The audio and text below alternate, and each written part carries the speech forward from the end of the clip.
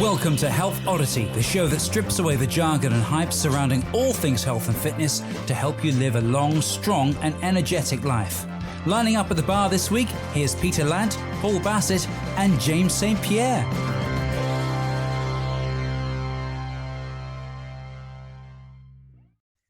Hello and welcome to the Health Oddity podcast, episode 74. Okay, we're recording this mid towards the end of January.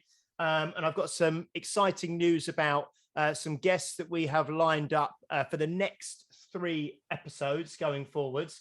But today we've got an exciting, I don't want to tee it up as an exciting episode. We're going to have an interesting episode with the 3 of us talking about something which I will introduce in a second. But first of all, if I introduce the usual hosts of Health Oddity and find out how they're doing this week, Mr. Peter Lantz, how are you, sir? I'm fine and dandy, thank you very much. I've got wax in my beard for the first time today, so the beard is looking. It's actually looking. If you're not watching, it's actually looking a bit. What's the actor? The Scottish guy who was in 300. What, the really good-looking bloke? Gerard Butler. Mostly in that. Gerard one, yeah. Butler. Yeah, him. Yeah, I'll take that. Yeah, I'll have that. Yeah.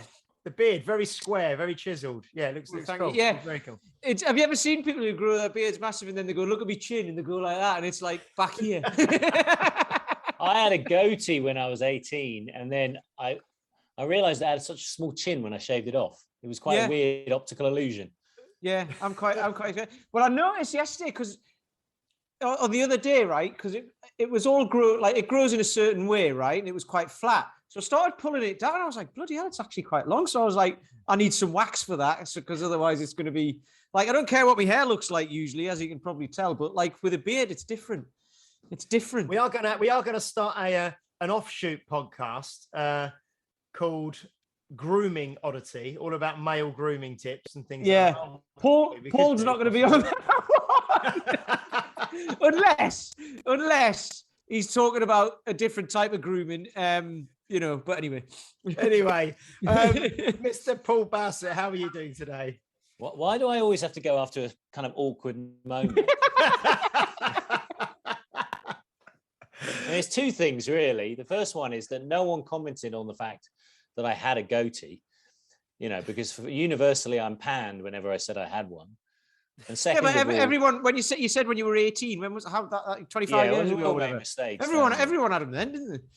Yeah. I was into grunge back in the 90s as well. So I used to have long curtains and an earring and all sorts. Well, I couldn't grow a beard if I wanted to. Really, I can't do the sides. I grow a goatee. I can grow a goatee. Yeah, I can grow a moustache, but then I just look like my dad, which is a problem. Did you ever have? So you'd get people who try and grow a goatee, but like they couldn't do the sides, but then the tash wouldn't come in either, so they just grow a chin beard.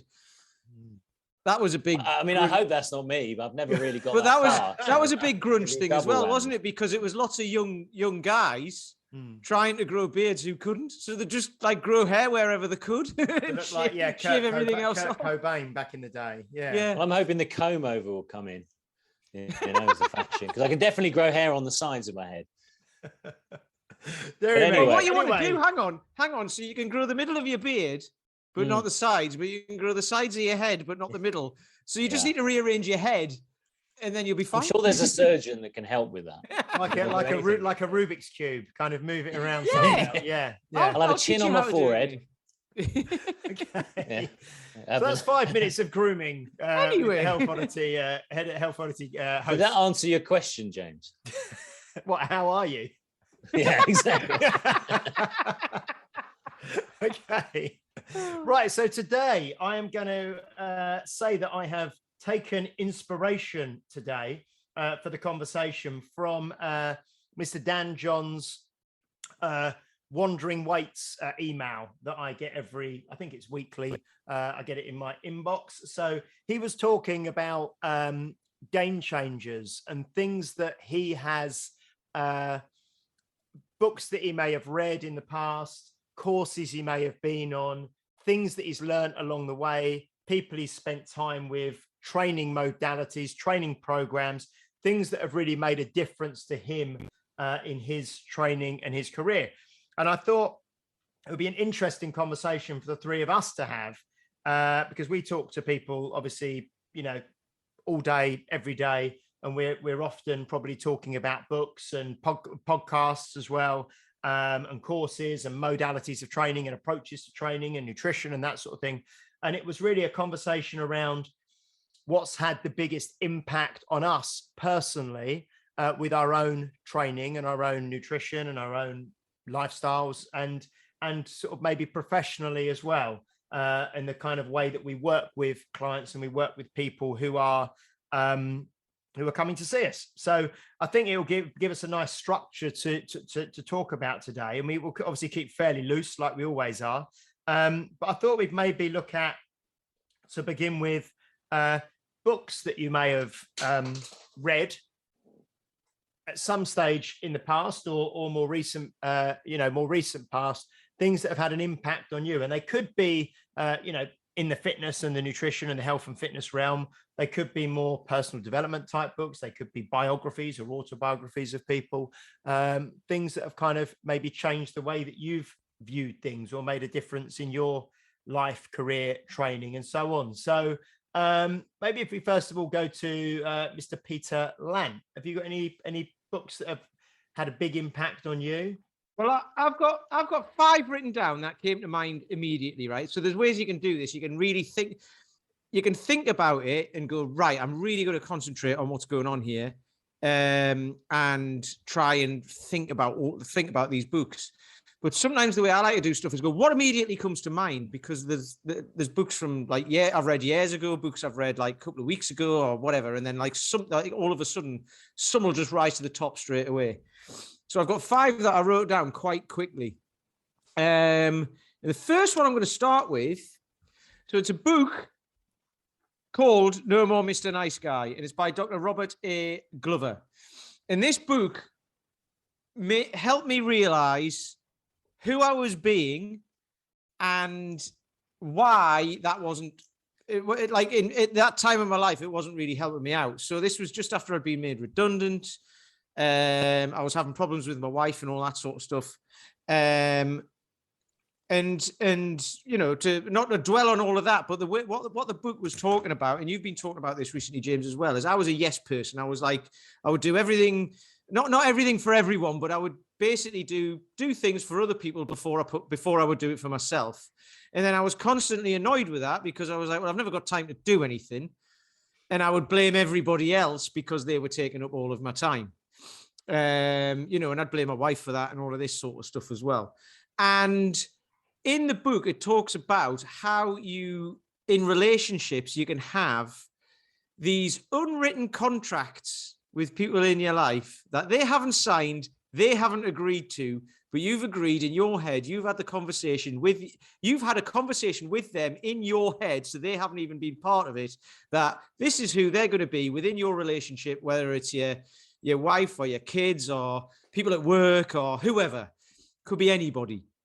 And you've had all these conversations with them in your head, and they've agreed to everything that you've said. So whatever you do, they're wrong. And it's not quite as extreme as that, but there's all these, and you might recognize this in your relationships with just continue, arguments that you keep having. There might be big arguments, there might be just little things that annoy you about people or about yourself or whatever. And they just keep showing up and showing up and showing up. And it's because you've agreed that that's going to happen, but the other person hasn't. And so this goes with what Sean was talking about last week about having those conversations. And then if you open that up to debate with the other person, you come to some sort of arrangement. And it made me really realize that, and actually realize I need to be true to myself, and I need to be more open with everybody, because I used to be a really closed person. I used to be an emotional wreck. And I'm not saying I'm not now, but I just couldn't tell anybody anything personal about my life. I had lots of friends who knew nothing about me. All my friends from when I was a kid know everything about me. But I had lots and lots of friends who I'd made along the way who didn't really know who I was, because I talk a lot of crap, as I do now, but I would never tell anybody anything about me and about my life. And you make very superficial friendships in that, like when you do that. So No, It's difficult as an adult, though, isn't it, to make friends in the same way you did with the kid as a kid. You know, you're either making friends with work, or if you've got kids, you make friends with other parents who have children. So the bonds that tie you together are very different. Yeah, but and it can be quite weird. if you want to form kind of, I mean, okay, some relationships are superficial, like at work and stuff like that, and you have a little chat here and there, and you've got to get on, but you've got to do the job. But you know, it's like one of those things when someone asks you, like, "Oh, how are you doing?" Some people, you know, you might just say, "Yeah, fine, whatever." But other people who you're talking to, so when I'm talking to the guys who are training stuff like that, you know, we all open up to each other.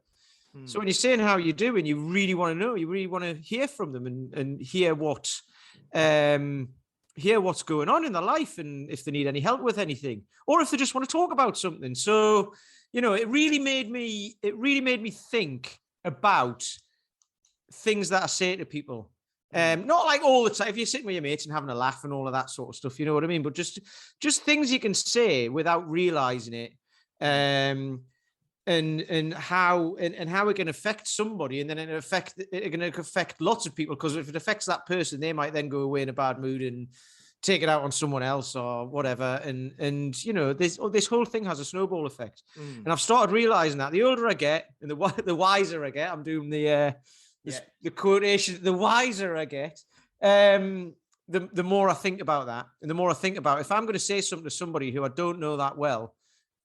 I've got to try and make sure that it's not going to be something that can be hurtful, indirectly hurtful without even knowing it. Yeah. So, you know. No, that's interesting. That's great. Paul, what about you? Have you got a book that kind of jumps to the forefront of your mind when we think about books that have had an impact on you, or you know, made a game change, as it were? Yeah, I think I've spoken about it before on one of our other podcasts. So those of you who've been listening to a few of these probably know. For me, it was Born to Run by Chris McDougall, because it was the book that showed me a path at a time when I probably felt that there was no options in terms of my physicality. But you know, without dwelling on that one before, because I have spoken about it in detail. But what I'd liked about sense of optimism about it, and certainly in terms of where I was in my own life, I didn't have a sense of optimism around my health. So it was a massive kind of influence in my thinking. And, you know, it pushed me down routes, which, I mean, I've influenced over so many different books, but what it did was, it was the first book that really introduced me to self-help in not in the kind of goony kind of, hey, let's all just go to conferences and walk over fire kind of way. It kind of introduced me to this concept that I had the power, I had the ability to make changes, that I had the ability to be better than I was, and it wasn't going to. Because at that time I probably was slipping into a victim mentality, in which I just thought, genetically I couldn't do this, physically everyone was better than me, blah blah blah blah blah. And it got me out of that, and it got me very excited. So pretty much every book I've read since then, I've been kind of looking for a similar buzz. I don't know if you guys come across books occasionally. Like, I'm at the moment in a bit of a lull with books. Like, I see loads of stuff on my Amazon suggestions, and I just don't feel inspired to read any of them. But I know when I get that book, I just like devour it in like a day and just read everything. And it's kind of like a hit, which I have not had for probably about 6 or 7 months. I'm trying to think of the last book that gave me a really. There is the thing, just on that, there is the thing of people who are like, oh, I've read loads of books, me, and blah, blah. It's like, yeah, but what do you get from them? Do you understand them? Do you apply them? I mean, like, you read books for fun, right? And fiction and all that sort of stuff. You read that for fun, but like things like this, you know, what do you get from them? Because you can read all of this information, it can be in there, but like, if you don't use it, if you don't do anything with it, it's pointless, isn't it? Yeah, I mean, I suppose the last book I read that was like that was, and like, in a way, I just consumed it. It was Rich Dad, Poor Dad, and it's quite a cliche. And you read it and you're going, okay, I get it. But actually, it got me thinking really deeply about money. It's part of my area in my life, which plays a massive role, because money plays a massive role in everyone's life. Because, you know, you make calculations day in, day out about what.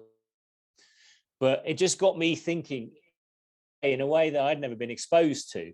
And, some of it, I'm sure there's people in finance that know more about the ins and outs of that than me, but it got me thinking in a way that I hadn't thought about money, thinking in a much more different. And that's been an influential book that I've read. Not necessarily I'm putting everything it says into practice, but it's got me thinking about money in a different way, and less of a victim mentality as well, because there's my physicality, there's my finances, all these things. It's quite easy to think you're kind of you've got no control over them. No, I think, I really like the Born to Run had a big impact on me as well. And Rich Dad Poor Dad as well, two books. I think what I did was I wrote down a few kind of books that, if we just take, but I think actually, like you say, like Pete said, if there's one book that really that I actually use and apply on, and I would say is a daily basis, it was the Four Agreements by Don Miguel Ruiz, I think. I knew you would pick that one. That's one book that literally I just use it every day, and I use it today. We had a team meeting today, and one of the trainers said a member kind of made a probably a flippant, jokey, little bit of a snarky comment to them, and they took, whether they say they took it personally or not, they did take it personally, because they brought it up in the meeting and it bothered them a little bit, So, and I used that and said, well, someone might have made that comment, but they possibly had a bad day. That they've been having a hard time recently. Something's happened to them in the morning. They've made a comment. It was slightly out of character. Don't take it personally, So for those who haven't read the book, I mean, I'll paraphrase it in about 20 seconds. The Four Agreements are: be impeccable with your word. So don't talk badly of yourself or others. Don't make assumptions, because very often you make assumptions and that causes a lot of heartache or problems or worry where there potentially isn't any. Don't take anything personally, which is the hardest thing probably for most people to do, but something that I've kind of really taken on board. And always do your best. So they sound very trite, they sound very straightforward, they sound very cliched, but if you actually try and live by them, that's had the biggest impact on my life, from any personal development type, learning book. And you mentioned fiction. I never read any fiction, but at the moment I'm reading Dune by Frank Herbert, and that's the first fiction book I've read for, I think, over 20 years. And I'm struggling a bit with it because it's about 600 pages, and it's quite dense and it's quite heavy. Yeah. And I think I might have said before on the podcast, I tend to use movies and Netflix and stuff for entertainment, and use books more for reading and, education and self-improvement and that sort of thing. But I am enjoying it, but it's different reading a fiction book. Isn't it funny, right? So number one, you've got to read all 600 pages of that as well, because it's a fiction book and you need to know what's going on and all that. Whereas with most of these self-help books, you read the first couple of chapters and then it's all just examples after that. Once they've done the thing, dip in and out. They have to like pad them out, don't they? And what's interesting here is I've had this conversation with some of my guys as well before, is like most of this stuff is very similar. It just comes at it from slightly different angles. It's all the same stuff, or mostly the same stuff. It has to appeal to this person or that person. Everyone reads things differently, don't they? So what you've just said there, James, was great, because your trainer, somebody had said something to them that they took personally and might make them have a bad day. But it might be because someone said something to that person, which is what I was talking about the No More Mr. Nice Guy thing. Like, it makes me think, like, if I say something to somebody, if they're going to go off and have a bad day from that, and then it knocks it on to everybody else. So that could have been, that could have been from yesterday or the day before as well. Somebody could be really worried about something, or, just a tiny little thing that's happened. They might have, somebody might have beeped at them while they were driving or whatever. It's bonkers, isn't it? Yeah. I mean, thing about fiction is it's a different mindset. I mean, my wife will read insane speed. I mean, for her, I don't know how she does it. I mean, for me, I need quiet. I need no one disturbing me. I need to be in a zone, and I'll read a fiction book. With like you say, with the self-help books, you can kind of chunk in and out and grab stuff. And I think probably one of the reasons I'm a personal trainer is I like practical application of things. And because I've got less time than I've ever had in my life, in a way, because I'm busier with the kids, I haven't got that kind of social time that I used to have. I've not spent that time on fiction books, which I do love. I mean, one of the big influences for me, without spoilers, 1984, the spoiler, the ending. I'm not going to tell anyone the ending because not everyone's read it, but that for me as a teenager was a massive thing, because I got to the end of the book. Well, I got to about 20 pages from the end, and I'm like, how's this going to resolve? How the hell is this going to resolve? And that was like a massive, like, because you're just brought up as kids on like things which have easy resolutions, you know. At the end, there's the final chapter. I mean, like, take Lord of the Rings. I mean, it's about a third of the book is the resolution at the end, as they're faffing about going back to Hobbiton and stuff like that. Lord of the Rings is a sore subject for me, because the amount of times I think I got about 3/4 of the way through Fellowship of the Ring on my 4th attempt, but it's boring. I mean, the books after that might be good. I just never got to them. I couldn't be bothered. Yeah.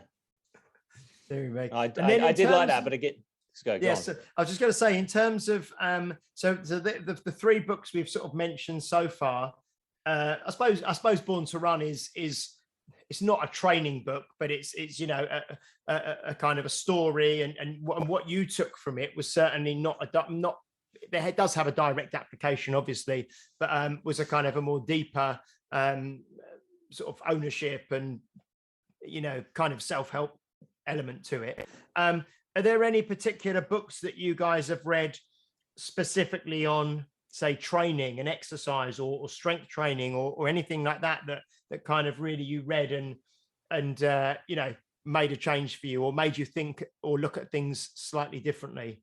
Well, who wasn't influenced by Pavel's books? I mean, exactly. Yeah. I mean, they're kind of like, if you're a trainer and you've not read them, they're so fun. You know, because they're ridiculous in a way. I mean, they're written like he speaks. They're written like I mean, I used to work in a publisher, so I'm not got the best spelling myself, but I do know enough about grammar. I mean, they're in many ways really badly written and really badly organized, and the pictures are all over the place. And but the actual content is so fun to read and ridiculous that it's almost like it almost seems too good to believe, but actually the exciting thing was putting it into practice. So all of his books were great fun to read. And when you read them in your head, you hear them being read, or you read them with a Russian accent, don't you? Yeah. The funny thing is, I think I've read of his.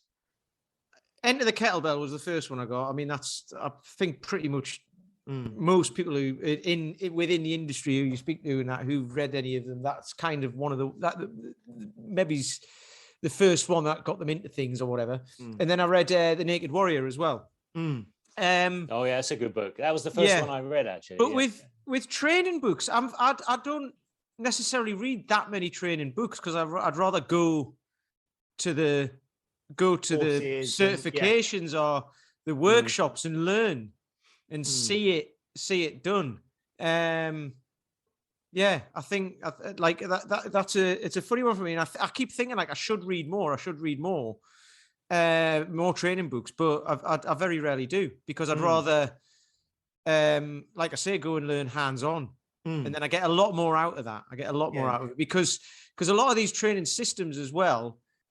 We can talk about this when we come to, you know, training systems that were like as well. But I usually take away, you know, you take a little bit from one, a little bit from another, a little bit from another, and you end up with like an amalgamation of all of them, because like the types of people who you train or whatever show up with similar traits, and then you're like, right, you can use this from this one, and this from this one, and this from this one, and we'll get you there. And then eventually you can start doing all the funky stuff as well. Yeah. So yeah. How about you, Paul? Anything that jumps out to you, or you mentioned training books? Pavel. Yeah, Pavel. Yeah. Is that the main? I mean, one of the reasons I got Maffetone on the podcast last year was because when I read his book, I remember reading it on a plane to somewhere. I was like, I'd gone through the Born to Run phase, and I'd listened to a podcast, and his name was mentioned, and the big book of endurance and training was mentioned on it. I bought it, literally that book got rid of all my stomach issues, because I had horrific stomach issues for a long time, and additional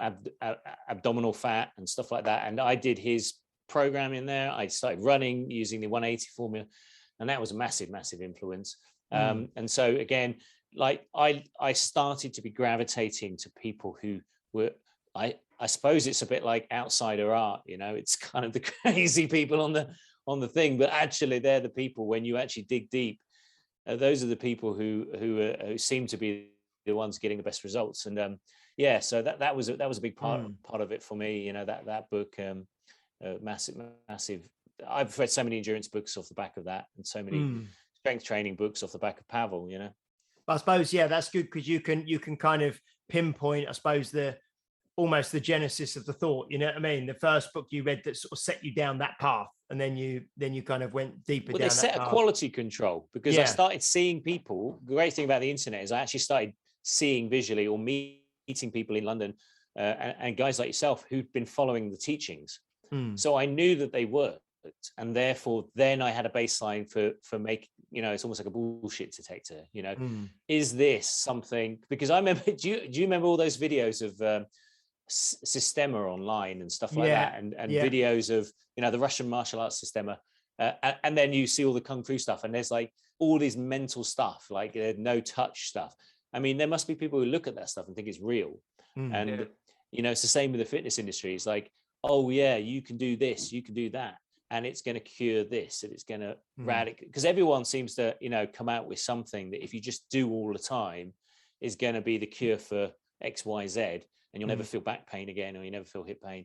And the Pavel stuff, which led me to Dan John, the Philmaffetone stuff that led me down all those paths of endurance stuff that I was researching.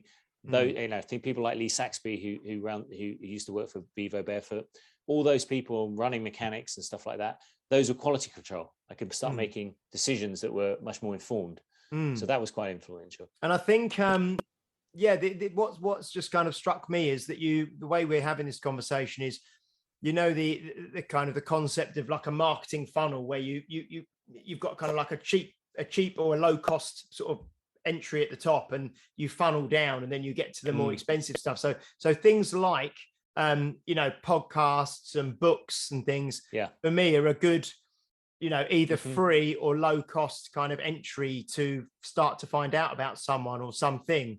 And then you often go down to the next level, and you may invest in an online course or something like that, and then eventually you get to the bottom of the funnel. And I know we've all done it ourselves, where you might be spending $1,000 or multiple thousands of pounds on courses with someone that you've eventually kind of funneled down, and that's what you really want to know. And then that's where you find out the most information, and you get the most from. But at the top end, you might, you've got lots of books, you've got lots of podcasts, you've got lots of things circling, and then you kind of decide what you're really interested in. Because for me, in terms of training, books, I think obviously, Dan John books. I've got all of the Dan John, and it's interesting because what you both spoke about really in regards to training books, like the pictures of the training and and you'd prefer to do the courses. I think the actual training books that I enjoy, they're not really, I suppose, training books per se. They're more about coaching and about,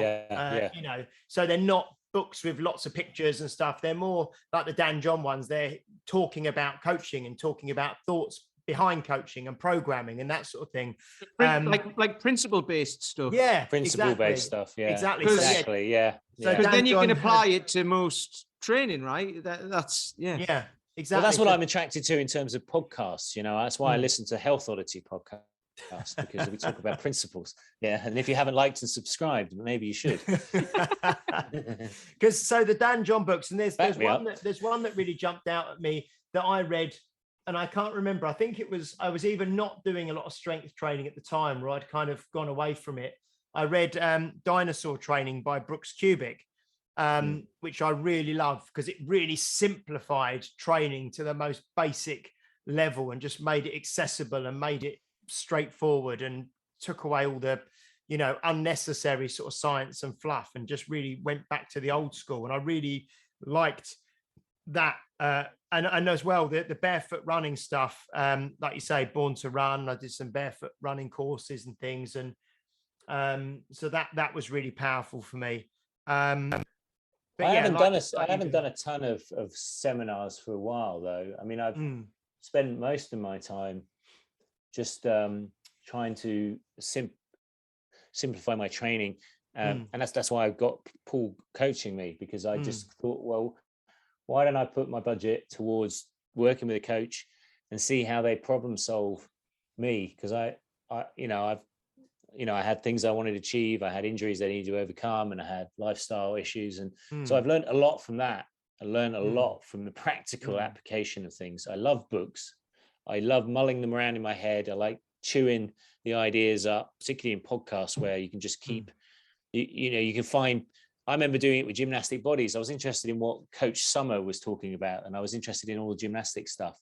And so I started listening to his podcasts or his interviews, and I listened to about 5 or 6, and I could chew these ideas in my head.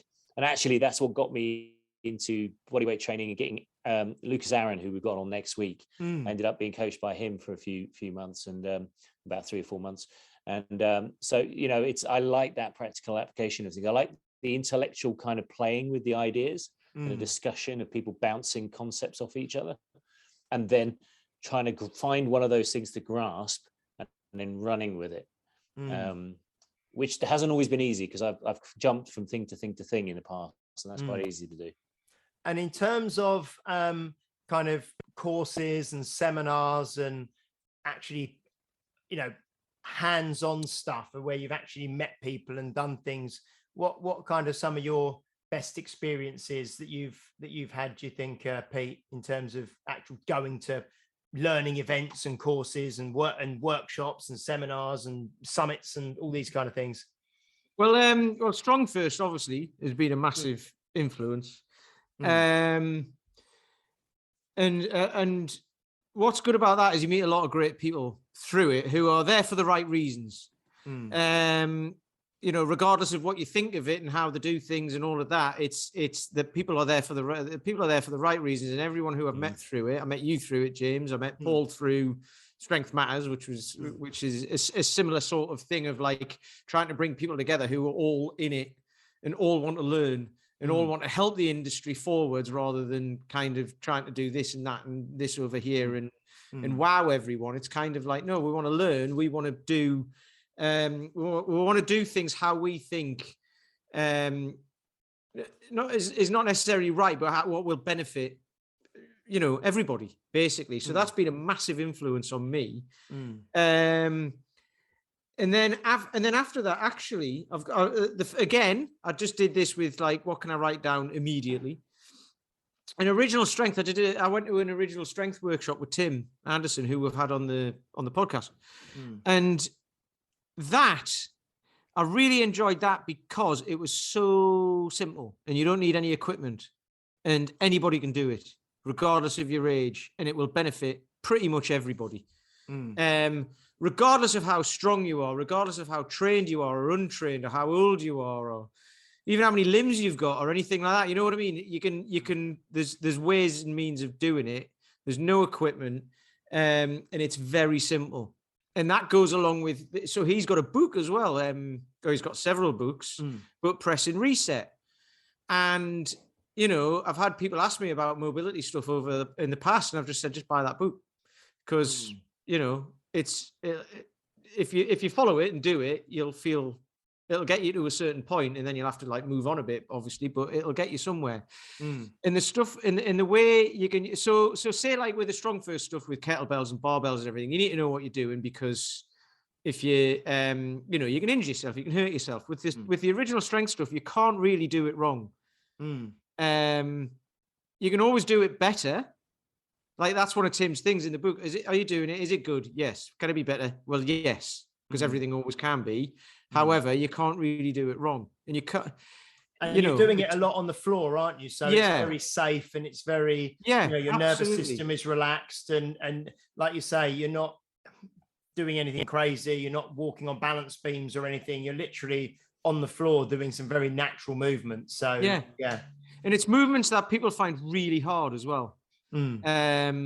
which are what everybody should be able to do pretty much. So I found it really beneficial. And then and then linked to that, like you've just been saying, it puts your central nervous system in a safe place. And it's movements that you should be able to do and own and breathe through and be able to hold them and all that and be able to do them relatively easily. Or most of them anyway, and then you can take it to different levels. But that's so talking about workshops and stuff as well. The Strength Matters Summit, Perry Nicholson did a workshop there, and he was talking about the difference between, and I've been talking about this a lot since then as well, the differences between mobility, stability, and motor control. Because once you can understand that concept of how mobility is the ability to be able to access a position. So someone might be able to go into a deep body weight squat, no problem, but they still might not have control over it. If they can't stabilize that, then there's no point in putting weight on it because you can hurt yourself. Or they might have the mobility to be able to get into there, but they're like, right, I'm in the bottom of a squat, look at me, and all that. It's like you can't breathe. You need to be able to breathe in there. You need to be able to stabilize that. And then once you can do that, you can pattern the movement and move in and out of it under control.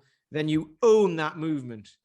And that goes along with understanding that concept, then being able to do kind of like the mobility stuff and the original strength stuff, say, to be able to own the movements and do them easily and flow through them without having to hold your breath and all of that and create these compensations. And then when you add weight to it, say with like the strong first stuff and everything, then you've got a whole package there.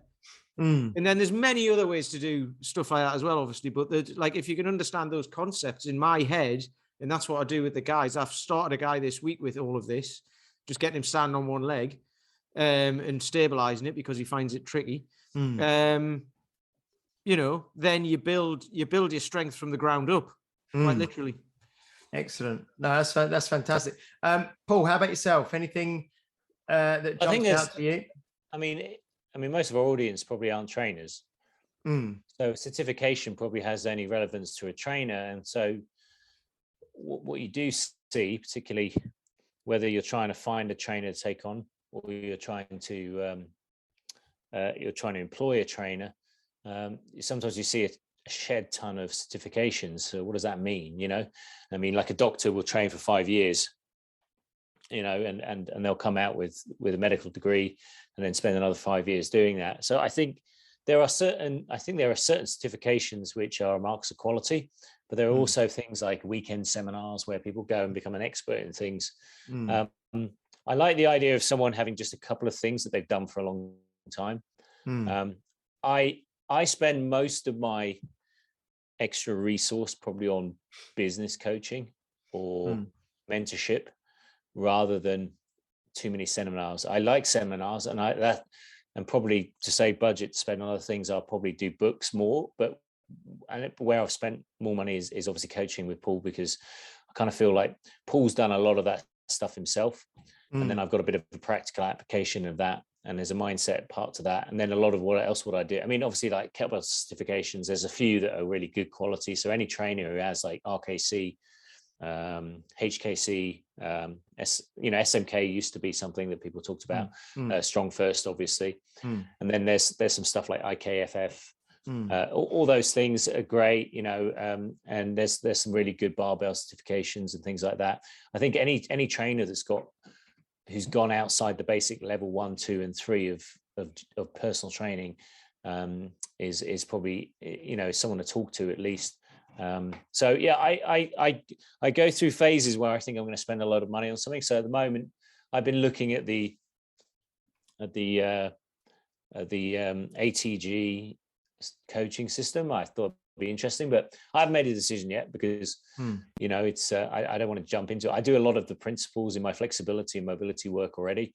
It's already, for me as a business owner, I've got to have an application for it in my client base to a degree. It's not to say that everything has to have an application, but I would rather deep dive into a couple of things that I do well.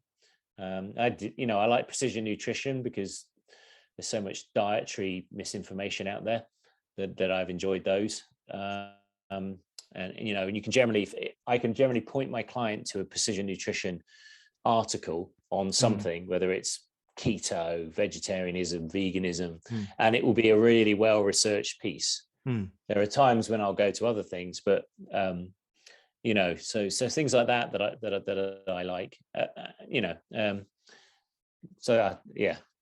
I've not done a ton of seminars, and I've not done a ton of certs, but I think the thing is, yeah, you can overdo these things. And I did, you know, when I was employed by someone, say for the first, I don't know, 10 years of my career, and you just got put on courses left, right, and center all the time, you know, I mean, well, it has its value, doesn't it? You know? Yeah, exactly. But you know, you like you say, a lot of these things, they're the kind of courses that you turn up for 1 day or 2 days and you get given a certificate for turning up, you know, and they're checkbox exercises, and they may be, you know, but 80% of that stuff I don't use anymore, you know, and you gravitate towards the higher quality principle-based stuff.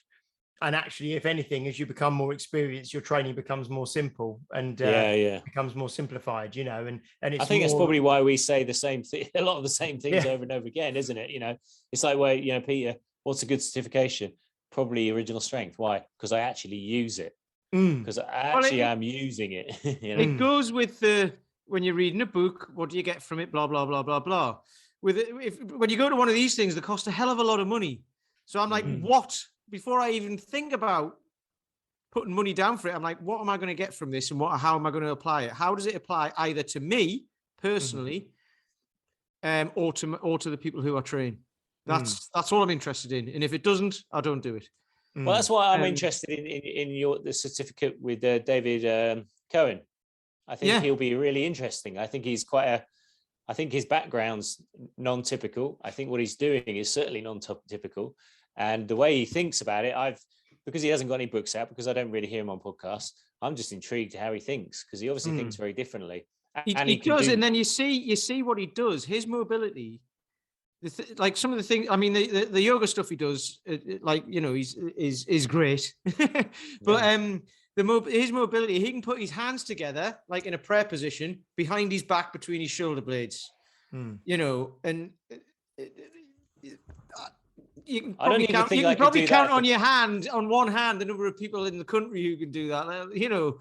And at the same time, I saw a photo of him yesterday. You probably saw it with him with a 48 kilo kettlebell above his head in a squat, in a very deep squat with a 48 kilo bell above his head. So I think the thing is that most people, or not, you tend to get people that are incredibly flexible, like yoga instructors and that sort of thing, or you get people who are incredibly strong. But to have someone who is incredibly flexible and incredibly strong together, who wasn't as well. It's not like it's not like he was born like that. He's learned how to do it. Yeah. So I mean, I'll just give a quick plug that I think this is going out. This will still be in January when this one goes out. I think. David Keown coming over from Ireland on March the 13th to do a day of kettle yoga and kettlebell sport at Unique Results in Chelmsford. The price goes up after the end of January. So I think there's only about 5 places left anyway, but it's about £149, I think, something like that. It'll be fun. I think you'll learn a lot, won't you? You know, and it'll be the three of us will be there. And it'll be really, really good. So little plug for that.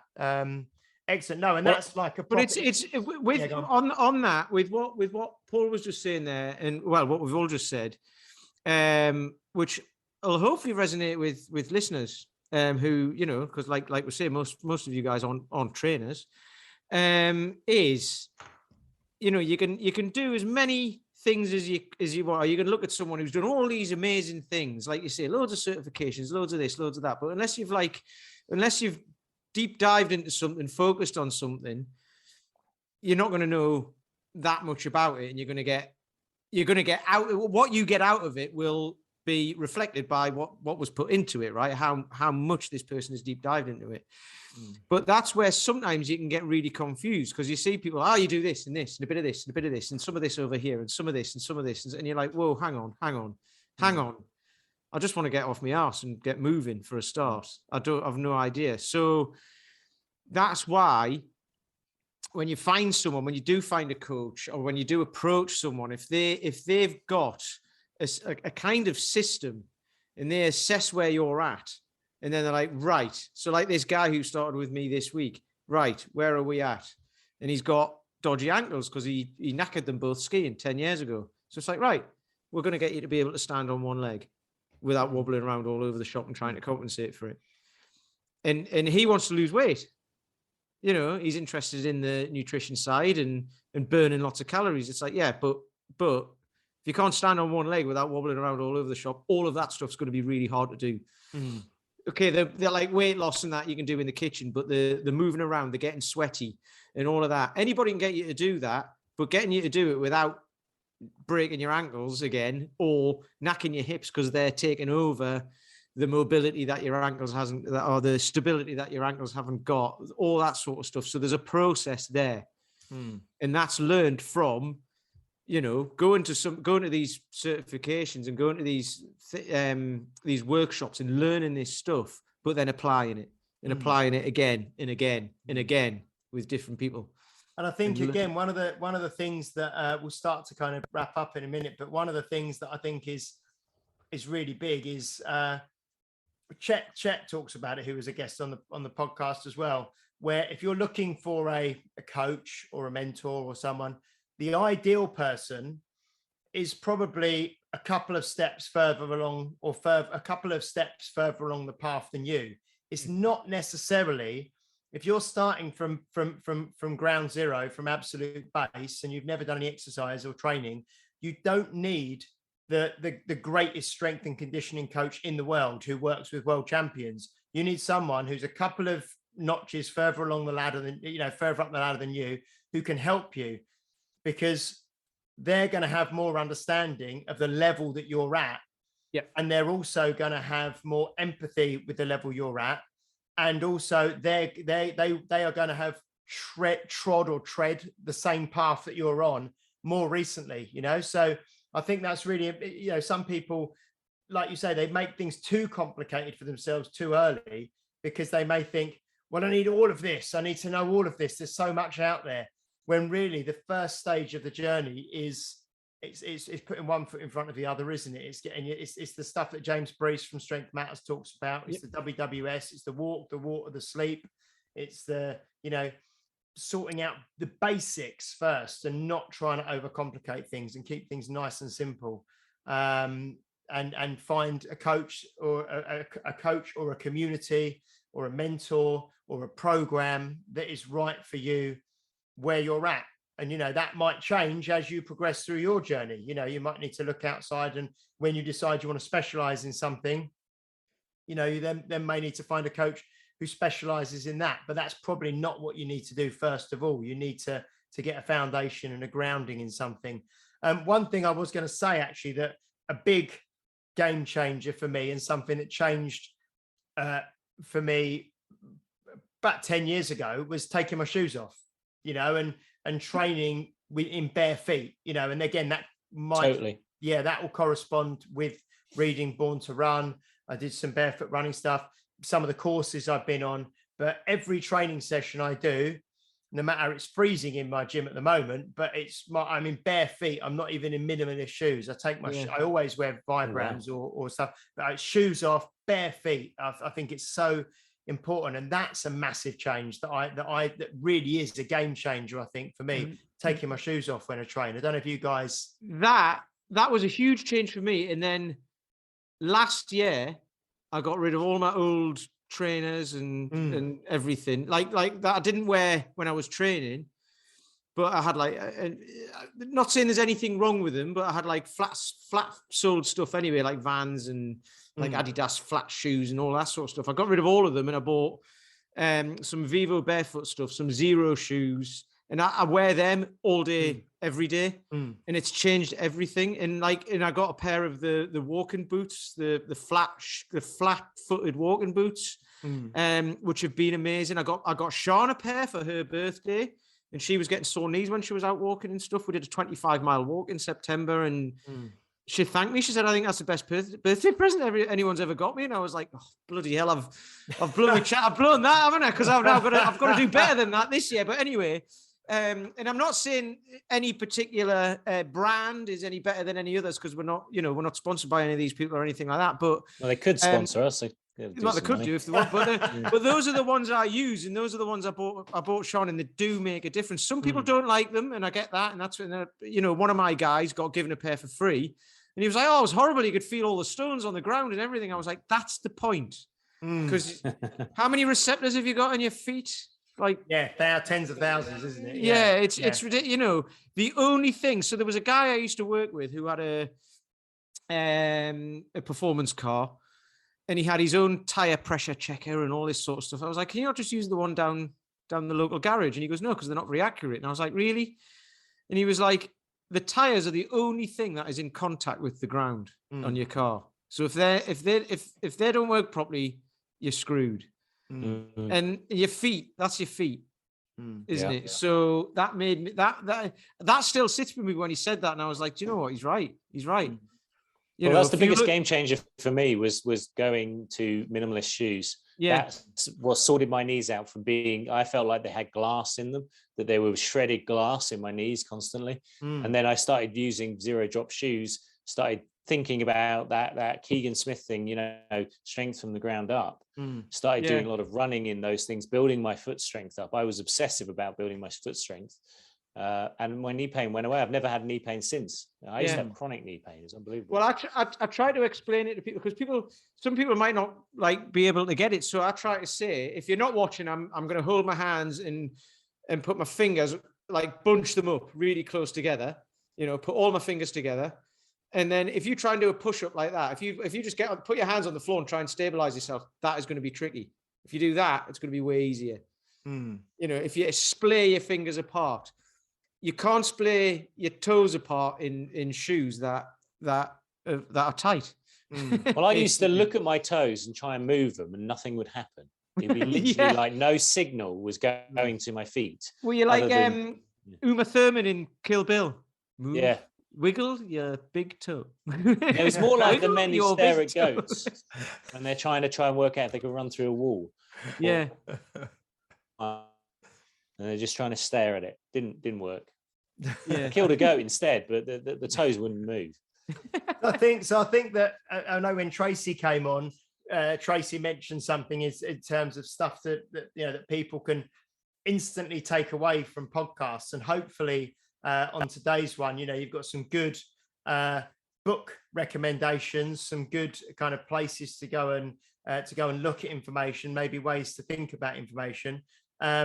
And then also the barefoot thing, because I get new members come into the gym, and they'll walk in with a brand new pair of trainers on. If they've not been a member before, they go, "Oh, I'll get myself a brand new pair of trainers for the gym." They'll walk in, and I train shoes off. People are like, "Why are you training with no shoes?" Because it's not. I know some gyms, if you're in a big corporate gym, maybe they won't want you to take your shoes off for whatever reason. But if you've got somewhere, if you train at home, if you train in a studio, even walking around a garden, just shoes off as much as you possibly can. So they walk in all happy, and you going, "What the F are those? Yeah, get them off. Get out of my studio." But it's coming with flashing lights on and that as well. Yeah, it's like when I see though, when people do you see people trying to do pistol squats with athletic running shoes, and these thick soled running shoes, and deadlifting with thick running, shoes come off straight away. Yeah, cool. Right, guys. I just want to say, finally, let's just quickly have a little round and just see if there's any other closing kind of points that. Pete, are you okay, mate? I wrote down a closing point a while ago because I tend to rabbit on with this sort of stuff. Okay. But we've all mentioned different books. So we did this independently. We've all mentioned different books that cover similar topics, say. We've all mentioned different workshops. We've all mentioned different approaches. We've all taken different approaches through our careers. So when you're trying to decide where to begin, what to do, what your focus is going to be in the beginning, and this goes with all the saying that there's so much out there, there is something for everyone. There is something for everyone, no matter where you're at. But there's not one thing for everyone. And that's the main takeaway I would take away from this. There's something there for you. You've got to try different things and you'll find something.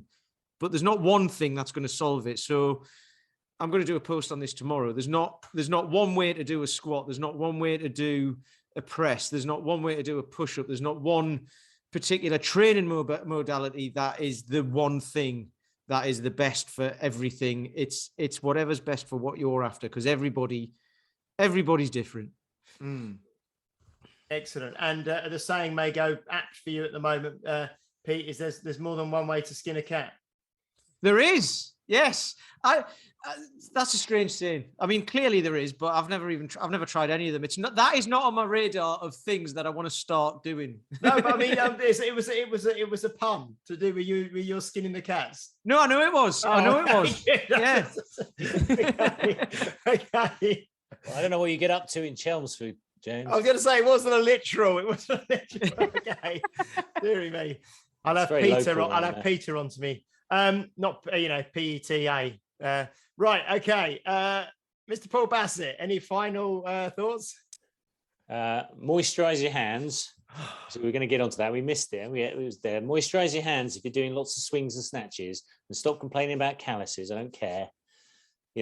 Everyone's hands get rough when you swing a weight or you lift a dumbbell or something, and it's all part and parcel of it. Sometimes you have to be uncomfortable for a long period of time, for very long periods of time, as we were all talking about with our own training plans before we came on camera. So we do our moaning in private, so we look tough on screen. Wax your nipples when you go for a marathon. So don't, put some Vaseline on them, because that's awful. That's a hack. Definitely keep that one. What else? Make sure you've got some comfortable underwear when you're squatting. And certainly what I've noticed from Fionn is you've got to get a good pair of shorts as well. So those are some hacks that's going to make your life easier. Lululemon shorts. Lululemon is they can contain a lot of power. And you've got to remember to get up early so you've got time to paint them on. Spray them on, yeah. So what is it? Is it one of those models? When you see the models and they've got like the flag, but they're actually naked, or they've got the football gear on, and you actually look a bit closer, and actually it's just paint. You're saying that Fionn is actually naked when he's doing squats? I'm not saying anything, mate. We've just had a little insight into your web history there, haven't we? Well, you were just saying something about painting shorts on. So all I'm thinking is he's butt naked doing back squats, which is... Deary mate. Anyway, guys, on that bombshell, lead on from that one, James. We have 3 guests lined up for the next 3 episodes. So today is episode 74. Episode 75 is going to be Coach Fury, Steve Holliner from Brooklyn, New York City. We have him on next. Episode 76, I believe, is Lucas Aaron from Ranges of Strength. And the following episode 77, is going to be Dave Whitley, the Iron Tamer from Nashville, Tennessee, back with us. Okay, so we've got some great guests lined up for the next 3 episodes. Please do like, share, subscribe, leave a review if you're listening or watching on a platform that allows you to do so. And do go onto Facebook, go into groups, join us in the Health Oddity group on Facebook, and join the conversation, continue the conversation over there. You can message us. We do get quite a few messages in as well. Thank you to Little Tank, Kirsten Tullock, who messaged us earlier about with a guest recommendation. So if any of you have guest recommendations, please do let us know. And also thank you to Jim Hatcher, who sent us some information following the last podcast, which he said he really enjoyed for lots of reasons. And he sent us some great information through, which we have read, which was a lovely, lovely piece that he had written, which was really good. So do communicate with us, do keep in touch, and we will see you again next week. Take care. See you later. You've been listening to Health Odyssey with Peter Lant, Paul Bassett, and James St. Pierre. To get your regular fix of hype-free health, you can subscribe and leave a review wherever you get your favorite podcasts. You can find out more on today's and other topics at healthodyssey.com or find us on Facebook or Instagram by searching for Health Oddity.